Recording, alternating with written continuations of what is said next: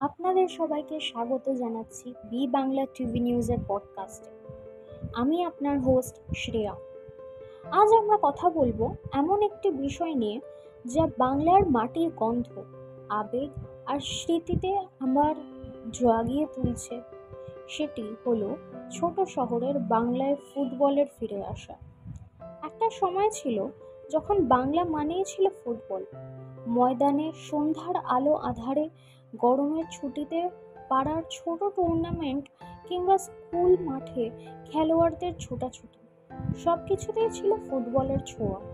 কিন্তু প্রযুক্তির জগৎ, ইন্টারনেট, স্মার্টফোন আর পড়াশোনার চাপ ধীরে ধীরে ছিনিয়ে নিয়েছে সেই মাঠ, সেই খেলার আনন্দ। কিন্তু আশার কথা হলো, সেই ফুটবল আজ আবার ফিরছে। ছোট শহরের বাংলায় আবার মাঠ গরম হচ্ছে, আবার উঠছে স্লোগান, আবার ছেলেমেয়েরা বল পেয়ে পায়ে ছুটছে। এই ফিরে আসার গল্পটাই আজ আপনাদের বলবো। আমরা প্রথমে যদি দেখি স্কুল এবং লোকাল ক্লাবগুলোর ভূমিকা, তাহলে দেখা যাবে এখন অনেক স্কুলে ফুটবল টুর্নামেন্ট আবার চালু হয়েছে। রাজ্যের নানা প্রান্তে, বিশেষ করে পূর্ব মেদিনীপুর, বর্ধমান, নদিয়া, উত্তর দিনাজপুরের মতো জায়গায় আজও ছোটদের মধ্যে ফুটবলের প্রতি আগ্রহ আছে। অনেক ক্লাব যারা একসময় কার্যত বন্ধ হয়ে গেছিল, তারা নতুন করে উদ্যোগ দল গঠন করছে। সিএসআর বা পঞ্চায়েতের টাকায় বল, জার্সি, কোচিং এর ব্যবস্থা হচ্ছে।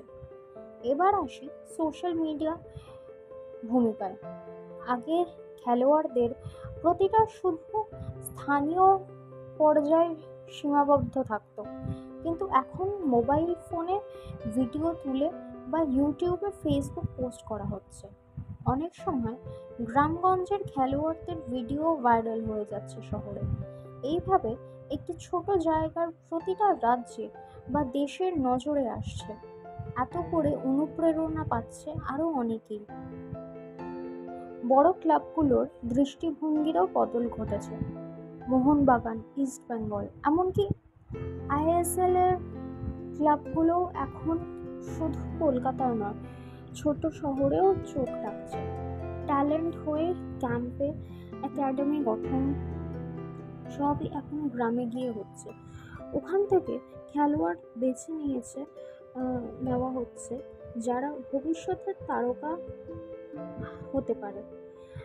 আর একটা বড় পরিবর্তন হলো পরিবারের মানসিকতা। একসময় পরিবার বলতো, পড়াশোনা করো, খেলে কি হবে। কিন্তু এখন অনেক মা বাবাই নিজেই ছেলে মেয়েদেরকে খেলতে পাঠাচ্ছেন, কারণ তারা দেখছেন ফুটবলের মাধ্যমেও এখন ক্যারিয়ার গড়া যায়। সরকারি চাকরি ক্ষেত্রে খেলার কোটার সুবিধা, স্পোর্টস কোটায় উচ্চশিক্ষা, এসব বিষয় এখন সচেতনতা এসেছে। তাছাড়া মেয়েদের অংশগ্রহণও উল্লেখযোগ্য। আগে যেখানে ফুটবল মানেই ছিল ছেলেদের খেলা, এখন মেয়েরাও খেলছে। মালদা, মুর্শিদাবাদ, বাঁকুড়া, এমন অনেক জেলায় এখন মেয়েদেরও টিম গঠন হচ্ছে। তারা টুর্নামেন্ট জিতছে, পুরস্কার পাচ্ছে। আরেকটা নতুন জিনিস দেখা যাচ্ছে, লোকাল লিগ ও প্রফেশনাল টুর্নামেন্ট। অনেক শহরে এখন নিজেদের টুর্নামেন্ট তৈরি হচ্ছে, যেমন Bankura gold club, Basantapur football league বা দক্ষিণ দিনাজপুর ক্লাব কাপ। এদের prize money, live streaming, commenting সবই এখন আধুনিক। এতে খেলোয়াড়দের যেমন উৎসাহ বাড়ছে, তেমনি দর্শকও ফুটবলের মজা পাচ্ছে। সবচেয়ে বড় কথা, এই পরিবর্তনটা শুধু খেলার মধ্যে সীমাবদ্ধ নয়, এটা একটা সামাজিক আন্দোলন, যেখানে একটা শহর, একটা পাড়া, একটা গ্রাম আবার একত্রিত হচ্ছে খেলাকে কেন্দ্র করে। ছেলে মেয়ে, ছোট বড়, সবাই জড়িয়ে পড়ছে এই আবেগে। মাঠে শুধু বল নয়, ছুটছে স্বপ্ন। আজ আমরা যখন ফুটবলের দিন শেষ, তখন এই ছোট ছোট জায়গাগুলোই আমাদের চোখে আঙুল দিয়ে বরং আরও শুরু হয়েছে। ফুটবলের এই ফিরে আসা আমাদের শেখায়, যদি মন থেকে ভালোবাসা যায়, যদি সবাই মিলে চেষ্টা করা যায়, তবে কোনো সংস্কৃতি হারায় না। হারিয়ে যাওয়া ঐতিহ্য আবার ফিরে আসে। আজকের বাংলার ফুটবল তাই শুধু খেলা নয়, এটা আমাদের আত্মপরিচয়, আমাদের আত্মবিশ্বাস, আমাদের আশা।